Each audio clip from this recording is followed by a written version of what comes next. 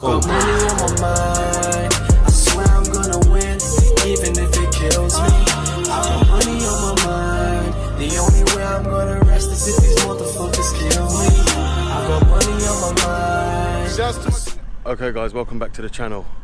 Now, you guys might have seen my previous video. Obviously I'm not going to say anything too much. You guys already know what I'm going on about. We have got that already rolling and we're planning to get that sorted. So if any of you guys are concerned, I've got a load of people I've been in touch with already regarding this, and they are already backing me and willing to help me and get this sorted. So we're not going to focus too much on that. We're just going to keep focusing on what we've been doing on the YouTube channel. And today what we're going to be doing is we're going to be doing the what to look for when buying an E60 530 diesel and a 535 diesel. So as you know, we've got Maz's car, and Maz's car is the prime example of what to look for before you buy one of these cars. This car has many different issues, and we're going to go around them and explain to you the common problems on this car as it stands. And obviously you guys probably ain't aware, but obviously I've got to repair this car, and this is a very badly neglected E60, and this is something that many people ain't even aware of because they don't really come this bad. But this one has been very unloved and very badly neglected, hence the reason it's in this condition. So the first thing I'm going to point out is when you come and buy one of these, well, let's try and open the boot with the key. No, it won't, so let's take it off. So the boot's open now. So let's open the boot, which the boot's open. And as you can see guys, it is completely chaos in here because everyone's been looking for the electrical failure. As you might not know, this one's got the proper central electronics failure, which is common. Maz took this car wash. For some reason, he's saying to me he had them spray inside the boot of the jet wash and water got inside and probably fried his micro power module. Now as you'll see here, this is what a central electronics failure looks like. Let me just show you the interior inside of the car. So when you're sitting in the car in idle, you'll see here the central electronics failure will just come on by itself, and the dash will reset and just constantly flicker on and off. It's a common problem across all the cars. Now if I put it in drive, you know, if you put the electronics under strain, let's try roll forward, there you go, as you'll see there, it's all flicking and dipping and doing its thing. Now that's one common problem, and it's usually related to the micro power module, which Maz relocated after my video, which would have been too late, to here. Now as I told him, this is way too late. This micro power module should have been relocated beforehand. This one is completely destroyed, and I believe probably the wiring's been eaten as well. The pins are probably corroded, everything's gone, and so is this PVC module. If these have even swam in water, well, the whole wire loom is screwed. That is the only thing that controls the central electronics failure on these. After 2006, they were built into the body module on the car. As you'll see there, that's the Bluetooth module. This is the Logic 7 for all the speakers. As you'll see there also, someone has played around with the IBS and tried to put a resistor on it for the airbag light as well. Someone's cut up all the electrics. You know, this car has been very badly neglected, you know, all over, as you'll see there. Cables are everywhere. It's going to take me a lot to get this car back to scratch, but I know these cars inside and out from the electrical system. But that's one thing, if you go and buy an E60, make sure it doesn't have this failure, make sure that's there. If it's in the boot, make sure it's not flooded with water underneath in the spare wheel area. That's a common problem. The next thing you're going to want to look for is your tyres. Now when Maz brought this car to me, the tyres, as you'll see, are completely shot, and they're bigger than what they're meant to be on this car because they're on 20-inch and the tyres are 255, so they're rubbing on the arches. Also, you guys know the 530 diesel, 535 diesel is a very heavy engine. It goes through the ball joints and the wishbones and the bushes like hell. And this one is a prime example. Like I said, the wheels around here are completely shot, and obviously the tyres need changing as well. I've told Maz already they need doing, but we're going to have to get them changed because they're 245, 25 R20s on these on the front, and they need to go. They're catching the rubbing on the spring as well.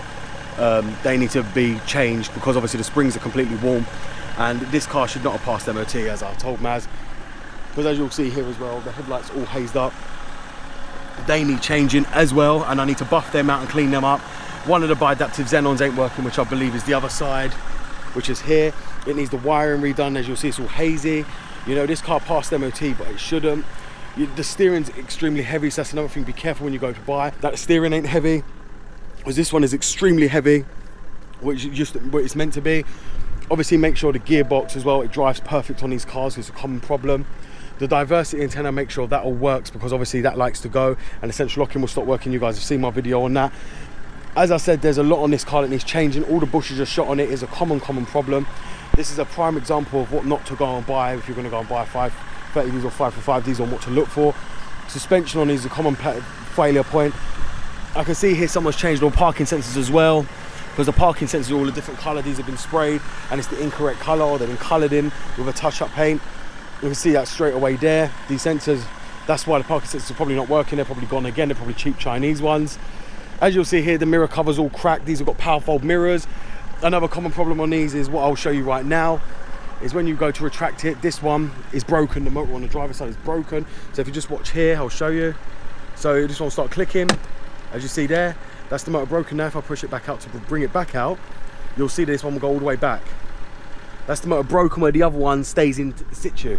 So as you'll see then, you have to bring it back manually. As you see, it goes all over the place. The motor's completely broken.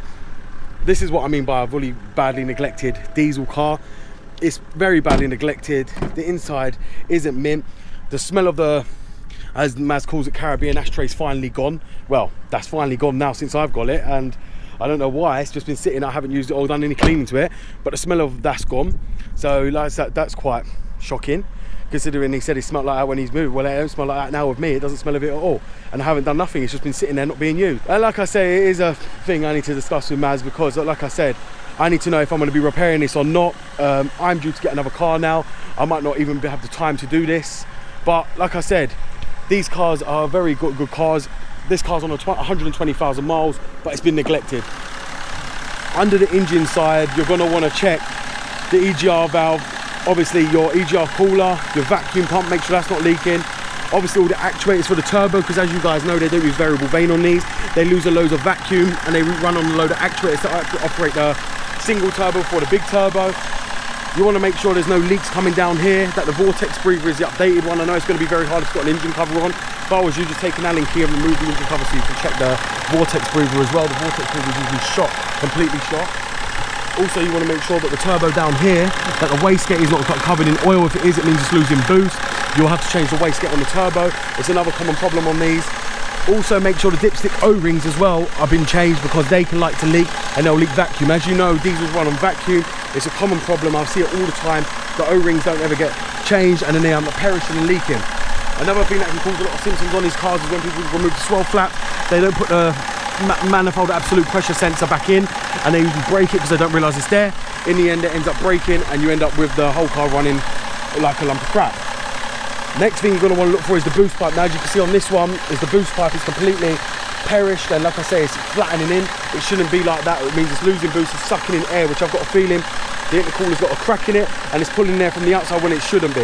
It should only be pulling air from this engine, which makes the pipe expand outwards, but it seems like it's sucking in air from another source. So it's another thing we're going to have to sort out. You just want to make sure as well all your vacuum lines are new and they're not perished, and if they are, you're going to have a lack of turbo boost, you're going to have a lack of high miles per gallon on these cars. It's common on them. You guys know, check the injectors. The best thing you can do when you buy any of these cars, as I tell you all the time, is to make sure you take ISTA-D of you. If you take ISTA-D of you, ISTA-D should tell you everything on the cars. You won't then need to be looking and worrying, because these cars are full of electronics now. They've got a module for everything. The computer is the best thing you can ever take with you on these cars. That'll pinpoint everything on the car. ISTA will tell you exactly what's wrong. None of the snap-on scanners are going to tell you that. They can tell you minor faults, and you still will have to put it on a dealer system to find the correct faults. I strongly recommend putting it on ISTA. Reprogramming if need be is quite easy. You guys have seen me do that. The coding is quite easy as well. If you need to do anything like that, any kind of diagnostics, it will tell you exactly the fault code. So you won't have to worry about what you're looking for and what the problem is. It will tell you exactly what the problem is. As I said to you, you also want to make sure the expansion tank ain't cracked on these, and because these 535 diesels put these cars under immense pressure with the turbo boost. Also make sure the water pump's been changed in the thermostat. And like I say, don't worry too much if this has been blank. Most people do blank that on these diesels. It's not really a issue.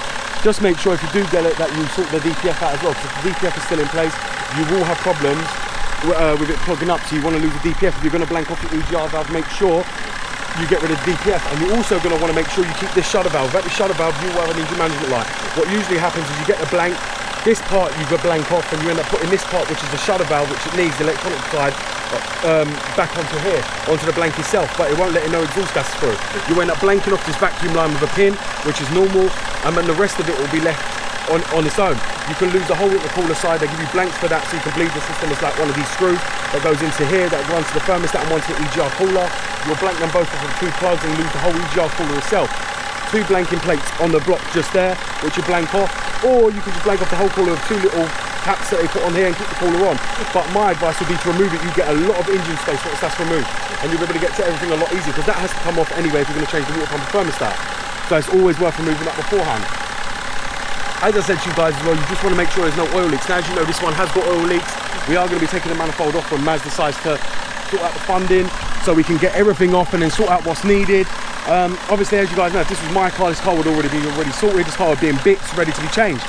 But obviously, when you're waiting for other people, they don't have the money to do it, and this is a common problem. A lot of people don't have the money to fix these, and this is the whole problem why these cars don't end up getting fixed. As I said though, the main thing you're going to want to look for is obviously your belts as well. Make sure the belts ain't completely stripped, because another thing on these, people don't change the belts the minute they're stripping.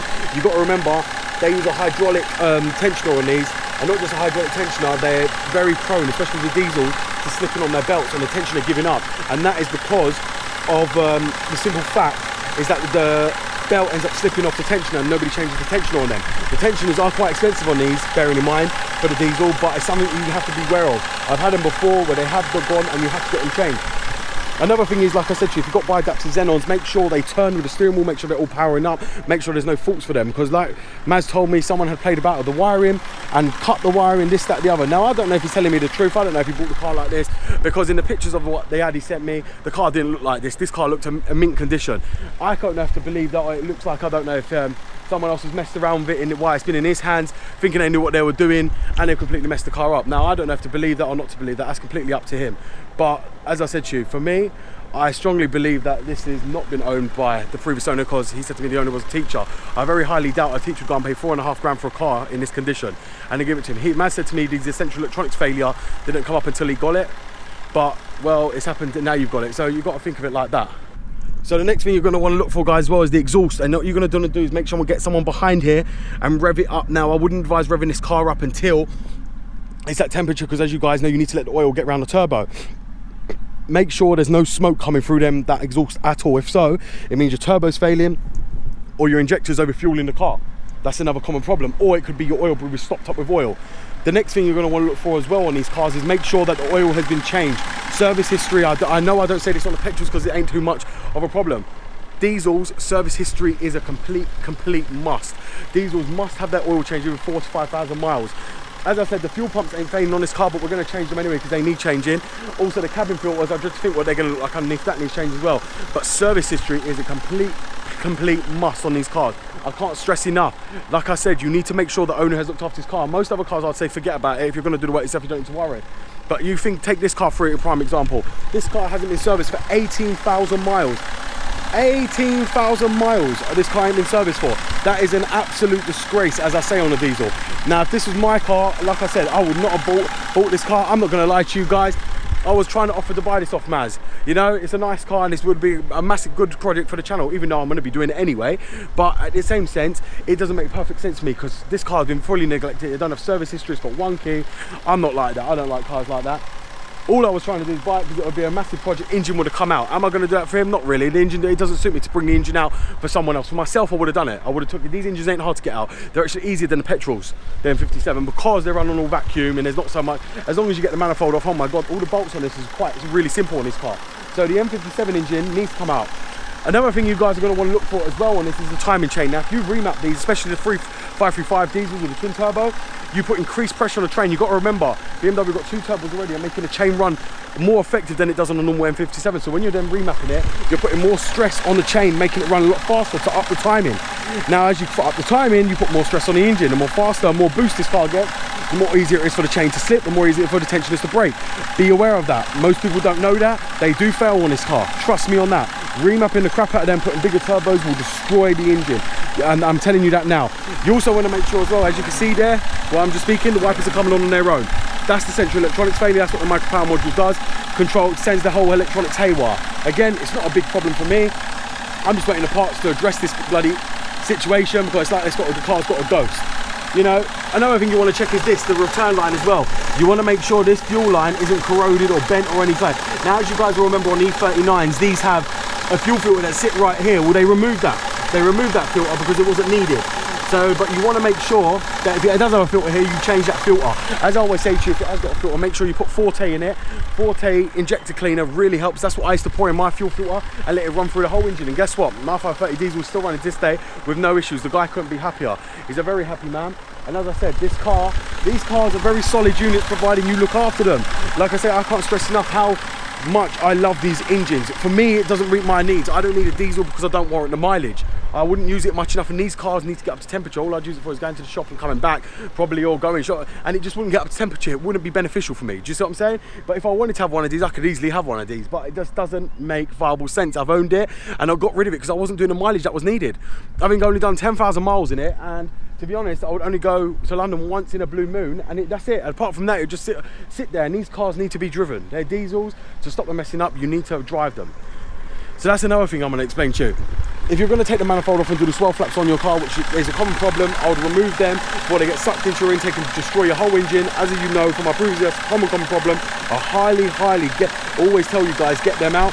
You're better off to do your glow plug module now. The glow plug module sits under the manifold on these. You're going to want to do that. They fail all the time. And your glow plugs. Now you guys are going to be watching my videos on this. The glow plugs is something I'm going to be showing you guys how to remove without stripping them inside the headers. You lot guys know that is a common problem for many. Even garages end up doing it. Garage won't even do the job because there's a risk of stripping them. They don't want that risk. But I'm going to be showing you guys how to get them out. You know, it's a common problem, and I've got a special tool and a special way of getting them out of the head. Once we get them out, then I'll be refitting the new ones. But the glow plug module is a common problem. It fails on these, and it failed on the E39s. It's always been the way with these cars.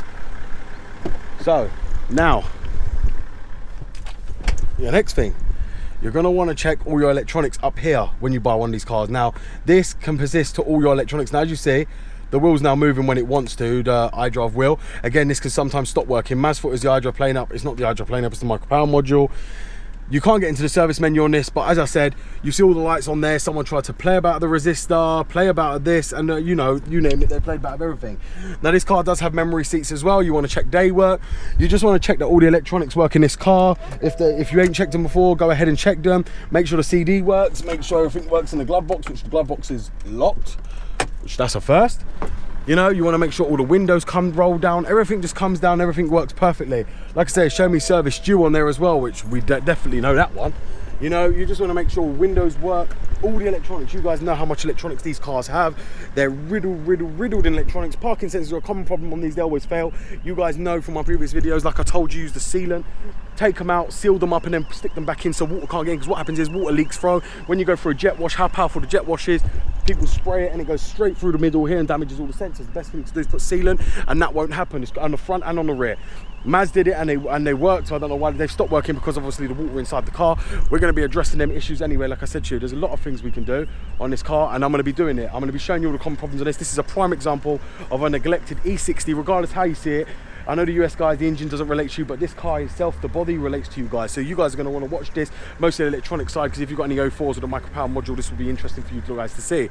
Especially because it's a common problem and it happens from 53 all the way up to 05.